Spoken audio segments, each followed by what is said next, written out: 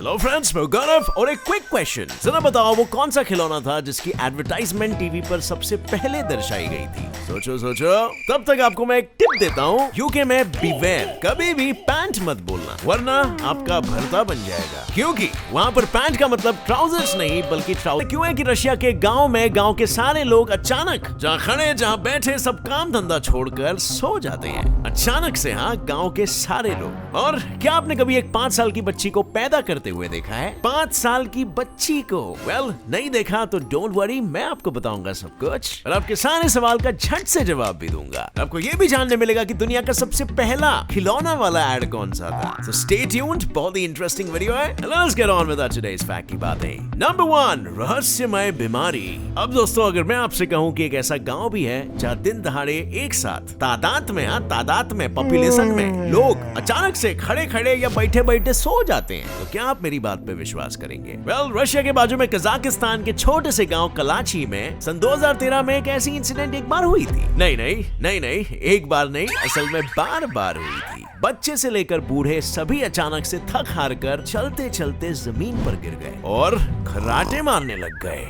कई बार तो एक इंसान लगातार 6 दिनों तक भी सोते रहता। मतलब समझ रहे हो? कुछ क्या, बहुत ही ज्यादा गड़बड़ है दया। और गहरे नींद से उठने के बाद इन गांव वालों को कुछ भी याद नहीं रहता था, यानी इन्हें इस नींद के साथ मेमोरी लॉस भी फ्री मिली। और कई लोगों को इसके साथ साथ वर्टिगो, यानी मोशन में जब आप होते हो तो आपको चक्कर आता है, वो भी आता था। तो अब सवाल ये उठता है कि आखिर ऐसा क्या होता कि लोगों के साथ ऐसा होता कि ये लोग इतनी गहरी नींद में सो जाते हैं? वेल फ्रेंड्स, साइंटिस्ट और मेडिकल एक्सपर्ट्स दोनों ने मिलकर इस रहस्यमय नींद वाली बीमारी के पीछे के राज खोज निकाले हैं, जो दरअसल इस गांव के यूरेनियम माइन से हो रहा था। वेल, अब हुआ यूं कि इन माइंस में कार्बन मोनोऑक्साइड और हाइड्रोकार्बन्स की भारी मात्रा थी, जिससे हवा में ऑक्सीजन की मात्रा बहुत घट रही थी और बस इसीलिए ऑक्सीजन कम होने की वजह से ये लोग दिन दहाड़े गहरी नींद का शिकार बन जाते। नंबर 2, हाथ की छाप। ये हाथ की छाप देख रहे हो? ये ऐसा छाप है जो मिटाने से भी नहीं मिटेगा और आप इसके पीछे की मिस्ट्री स्टोरी जाने बगैर भी नहीं रह पाओगे। ये हाथ की छाप आज से 97 इयर्स पुरानी है। सन 1924 के अप्रैल महीने में एक फायर फाइटर फ्रांसिस लीवी ने इस छाप को पीछे छोड़ा है। दरअसल हुआ यूं कि 18 अप्रैल 1924 को फ्रांसिस एकदम एक दिन के अंदर बदल गया।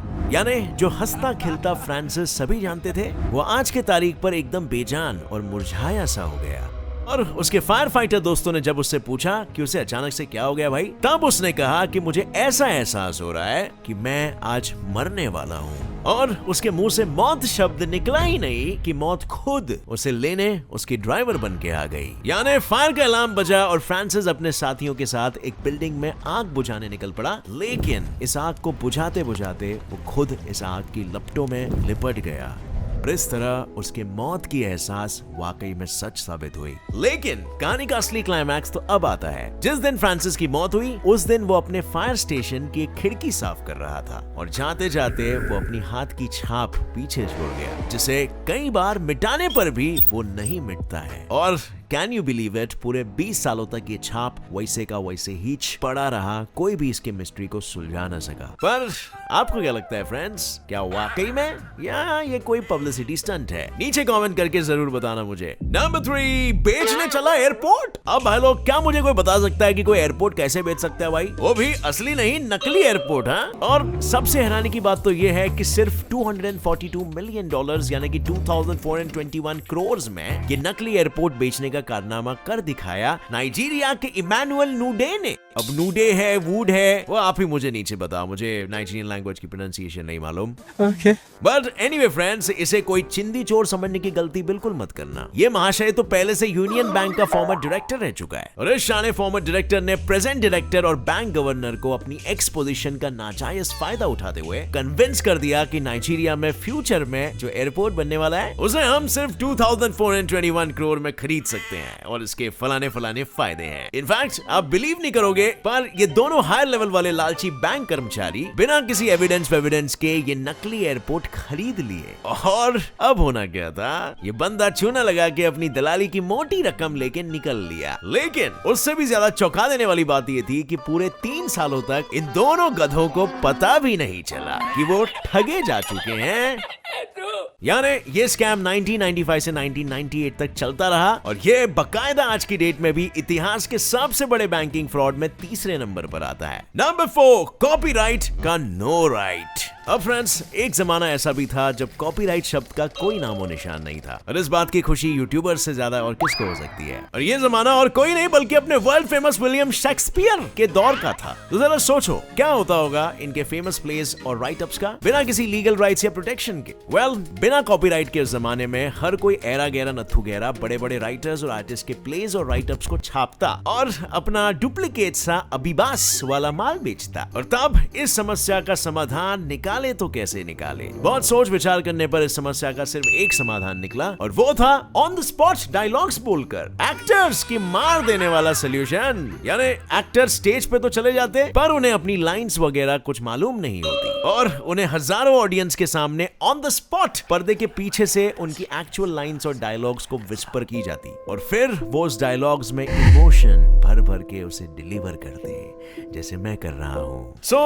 कुछ इस तरह कॉपीराइट के बगैर इन एक्टर्स के एक्टिंग स्किल्स की लाइफ परीक्षा ली जाती। नंबर 5, कॉफी पीना तो तेरी मौत हो जाएगी। एक कॉफी की कीमत तुम क्या जानो, टर्की सल्तनत के सुल्तान। हर आम आदमी का हक होता है कॉफी पीना, लेकिन तुमने कैसा कानून बनाया जहाँ कॉफी पिया तो सीधा सजाए मौत हो जाती है। भाई लोग, अब बात यह है ना कि 17वीं सदी के टर्की के सुल्तान मुराद IV को कॉफी और कॉफी पीने वालों से 36 का आंकड़ा था। यानी उसने अपने पूरे सल्तनत में अपने चेलों द्वारा लोगों को कुछ ऐसी कड़ी हिदायत दी, बामुलाइजा होशियार। टर्की के शहंशाह सुल्तान मुराद IV ने हुक्म दिया है कि कोई भी बच्चा, बूढ़ा, औरत, आदमी अगर गलती से भी गुस्ताखी करके कॉफी को पीता है, तुरंत पकड़े जाने पर उसका सर धड़ से अलग कर दिया जाएगा। और आप बिलीव नहीं करोगे, पर ये पागल राजा एक्चुअली में भेस बदलकर कॉमनियर बन के गली गली फिरता, और जैसे ही किसी गुस्ताख को कॉफी पीते हुए देखता तो सीधा अपनी तलवार निकालकर उसे सरेआम कत्लेआम कर देता।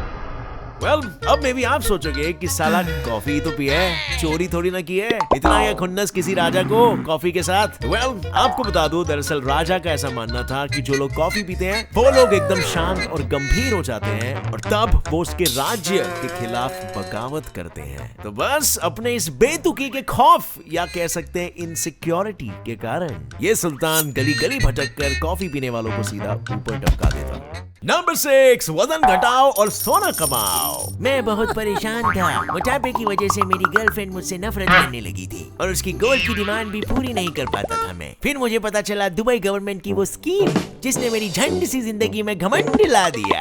यानी वो वाली स्कीम रे, 1 किलो वजन कम करो और घर लेकर जाओ 3 ग्राम सोना। इस स्कीम को आजमाने से अब मेरा वजन सिर्फ 5 किलो है। ये वैसे फ्रेंड्स, बता दूं, दुबई में हर 5 में से 1 आदमी को ओबेसिटी की बीमारी होती है, और अपने जनता को इस मोटापे से बाहर निकालने के लिए दुबई के कैश रिच गवर्नमेंट ने ये लालच वाली गोल्ड स्कीम चालू की है। पैसा बहुत है, पतले लोग कम हैं, कुछ तो अमीर जुगाड़ लगाना पड़ेगा ना।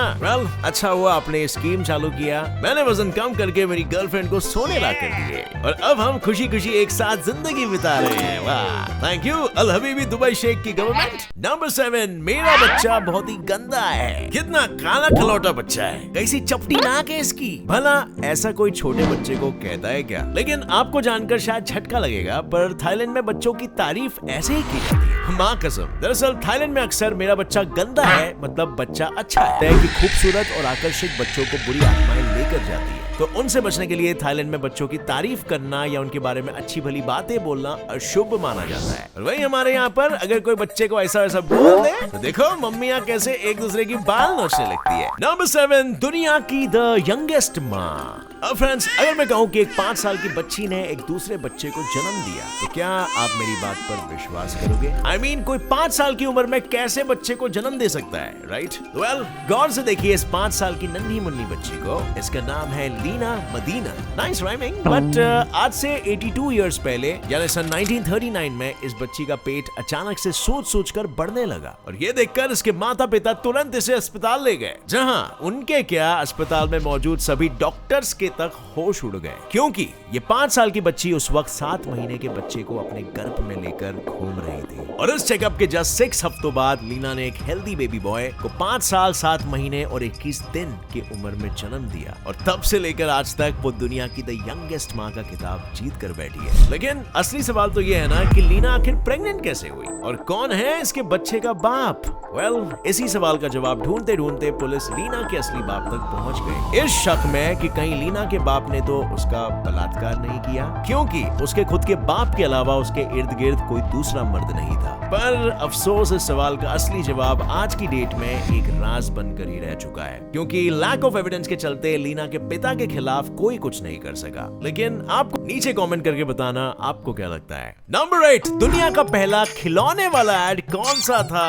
अब फ्रेंड्स, क्या तुम इमेजिन भी कर सकते हो, एक ऐसा भी टाइम था जब बच्चे असली आलू के चालू बेटे से खेलते थे। हाँ, सही में आलू, दूधी, बैगन, करेला, जो लेना है लो। इसमें नकली आंखें, नाक और प्लास्टिक के हाथ पैर चिपका लो और देखो कितना फनी दिखता है ना? लेकिन नहीं, ये कोई घर में खेलने वाला घर घर जैसा गेम नहीं था, बल्कि एक एक्चुअल ब्रांडेड प्रोडक्ट हैस्ब्रो नाम की एक जायंट कंपनी, जो आज भी टॉयज मैन्युफैक्चरिंग में जायंट है, उसका प्रोडक्ट था, जिसके पीछे तब के बच्चे ऐसे पागलों की तरह पड़े कि माँ बाप की नाक में से खरीदने के लिए दम कर देते थे। लेकिन ये इसका इतना ज्यादा क्रेज आया कहाँ से? Well, let me tell you mister potato head, ये कोई मामूली सा टॉय नहीं था, बल्कि ये दुनिया का सबसे पहला टॉय था जिसकी टीवी पर एडवर्टाइजमेंट करवाई गई थी ऑन April 30, 1952। इनफैक्ट ये खिलौना लेजिट एक ट्रेंड सेटर था, क्योंकि ये पहला ऐसा टीवी एड भी था जिसमें कंपनीज ने पेरेंट्स को नहीं टारगेट किया, बल्कि इस टाइम सीधा बच्चों को टारगेट किया। वो लोग इसे खरीदने के लिए अपने माँ बाप से जिद करने लगे,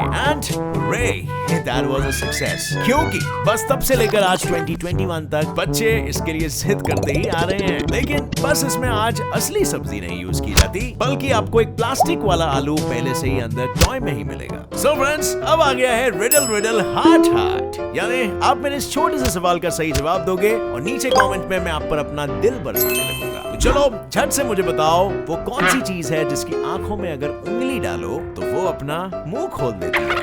इसका जवाब तो मुझे नीचे दोगे कमेंट सेक्शन में, और अगर ये वीडियो पसंद आई तो एक लाइक जरूर ठोकना। हाँ, नए हो इस चैनल पर, कोई बात नहीं, अभी सब्सक्राइब कर लो और नोटिफिकेशन बेल ऑन करके ऑल का ऑप्शन सिलेक्ट करना, ताकि धीरे धीरे आप भी अपने दिमाग का IQ बढ़ाते रह सको हमारे इन्फॉर्मेटिव वीडियोस के जरिए। Stay curious friends, keep learning and keep growing. जय हिंद।